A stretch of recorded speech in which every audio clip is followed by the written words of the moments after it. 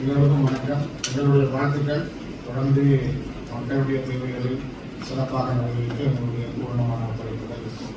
நன்றி.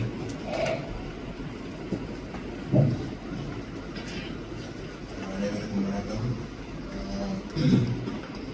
தலைவர்கள் இந்த உரையிலே கூட இந்த மாவட்ட ஒருங்கிணைப்பு குழு கூட்டத்திலே கட்சி வீரங்களுக்கு அப்பால் இந்த மாவட்டத்தை கட்டியெழுப்பதற்கான செயற்பாடுகள் அனைத்திற்கும் நேர்மையாக முன்னெடுக்கின்ற அந்த செயற்பாடுகள் அனைத்திற்கும் எங்களுடைய பூர்ண ஒத்துழைப்பு நிச்சயமாக இருக்கும்.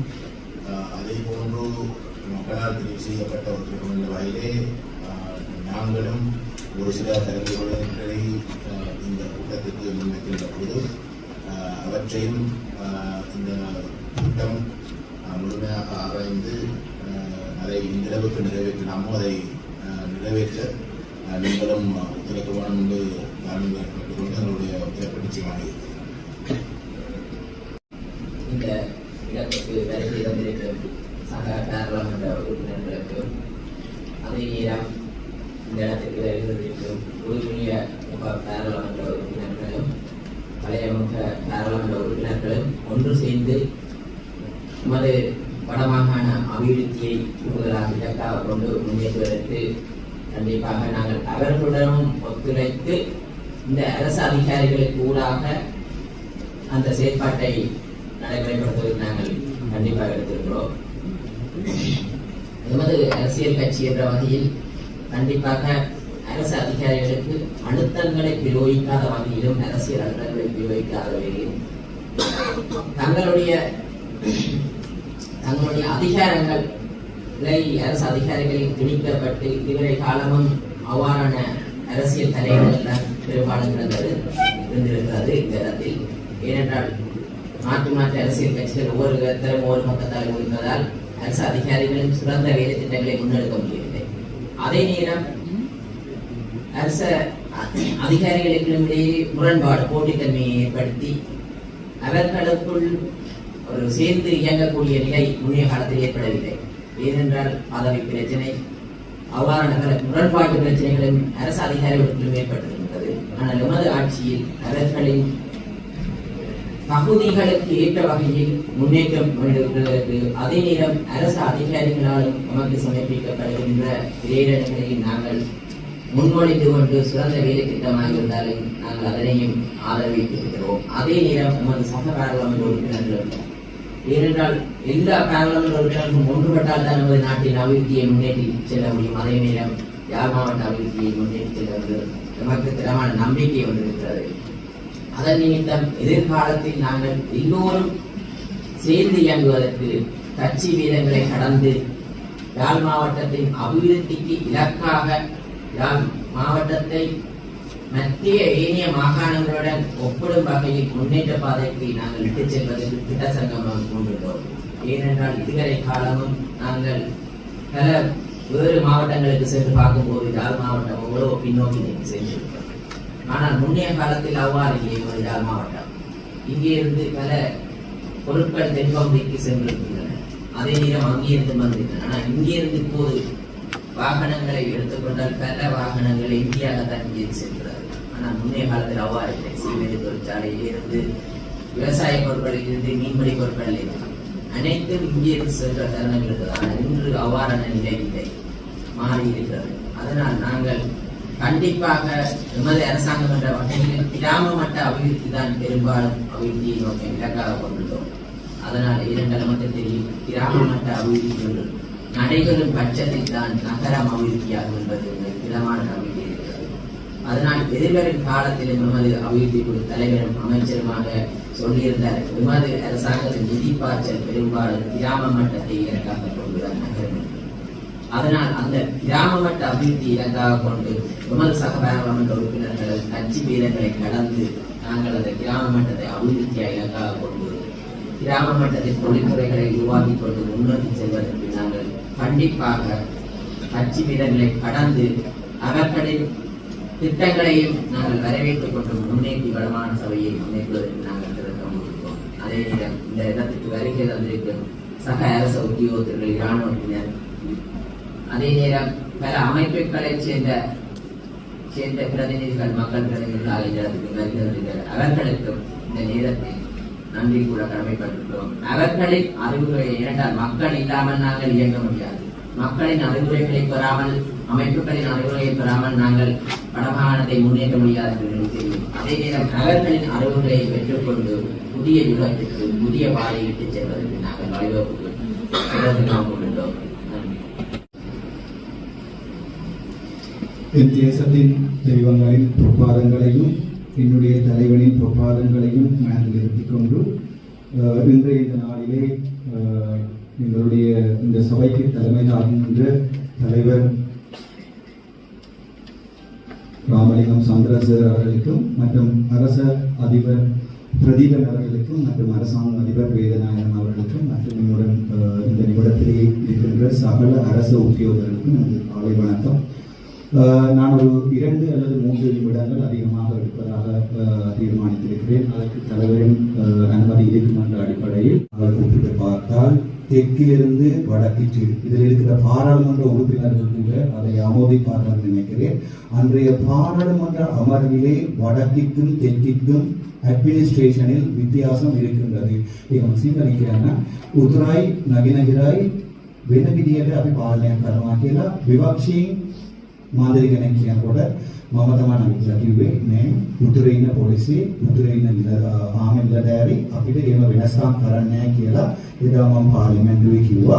ඒක මම හිතන්නේ අපේ honorable Chandrasekhar and core members of parliament ஆமோதி பார்வன் நினைக்கிறேன். ஆனால் அது நான் அவ்வாறு கதைப்பதற்குரிய காரணம் LVP எனப்படுகின்ற தேசிய அரசாங்கத்துக்கு யாழ் மாவட்டத்திலே மக்களுடைய ஆணை 3 பிரதிநிதிகளை அனுப்புவதற்கு இருந்தது. NPP அரசாங்கம் கொடுத்த வாக்குறுதி முக்கியமாக ஊழல்களை ஒழிப்போம், இந்த இலங்கை திருநாட்டிலே கழுவர்களை பிடிப்போம், ஊழல்களை ஒழிப்போம் என்ற அடிப்படையில் மாத்திரம்தான் அது புத்திசாலியான சமூகம் என கருதப்படுகின்ற இலங்கையின் தலை என கருதப்படுகின்ற யாழ்ப்பாணத்தில் இருக்கிற பொதுமக்கள் NPPக்கு வாக்களித்தார்கள். அது தவிர்த்து வரப்பட்ட அலை அல்ல. அந்த அலையில் அடிக்கப்பட்டிருக்க வேண்டும் என்றால் சாவகச்சேரியும் சேர்த்து அடிக்கப்பட்டிருக்க வேண்டும். ஆனால் உங்களுக்கே தெரியும் சாவகச்சேரியில் NPP அரசாங்கத்துக்கு கிடைத்த வாக்குகளை விட எனக்கு கிடைத்த வாக்குகள் அதிகம். அதே போல கிளிநொச்சியில் வரலாறுகள் இருக்கிறது. இப்போது நான் இதை இங்கிலீஷ் சொல்றேன் என்றால் சிங்கள மொழி பேசி உங்களுடைய அரசு அதிகாரிகள் இருப்பதால் the issue is that I on the day of the parliament and I witnessed and I seconded the word from the health minister that there is no kind of discrimination between people of Jaffna and the Eastern Province. The police is not doing that kind of discrimination, but unfortunately I had an incident as a member of parliament on a couple of days back, maybe probably 2 days back. I went to teaching hospital Jaffna after I received the written complaint from the public. There were 170 volunteers were employed for 3 years without any payment. So I got the written consent, I got the calls from several employees that they have been abused and chased away. So you all can remember maybe 1 week before, 1.5 week before, there were a couple of employees went to the Ministry of Health and had a discussion with the minister, and he was promising that employees that they will be given a kind of justice for their issues. But unfortunately, after he sent back those people from Ministry of Health to Jaffna, the Jaffna Regional Hospital Director Dr. Satyamurthy has violently pulled them to the office and asked them. Give me one second. No, if it is not unnecessary, Mr. Sridharan, please let me know, because the same chance that you have is the same thing I have. So don't disturb my speech, and I will not be disturbing yours. So after that, the police has taken a complaint from the director and charged me as a member of parliament. I had the clear recording to say that the director of PG Hospital Jaffna asking me to go out of the hospital and asking me to take a permission to come into the hospital as a member of parliament. I had the duty to go and check the public complaint.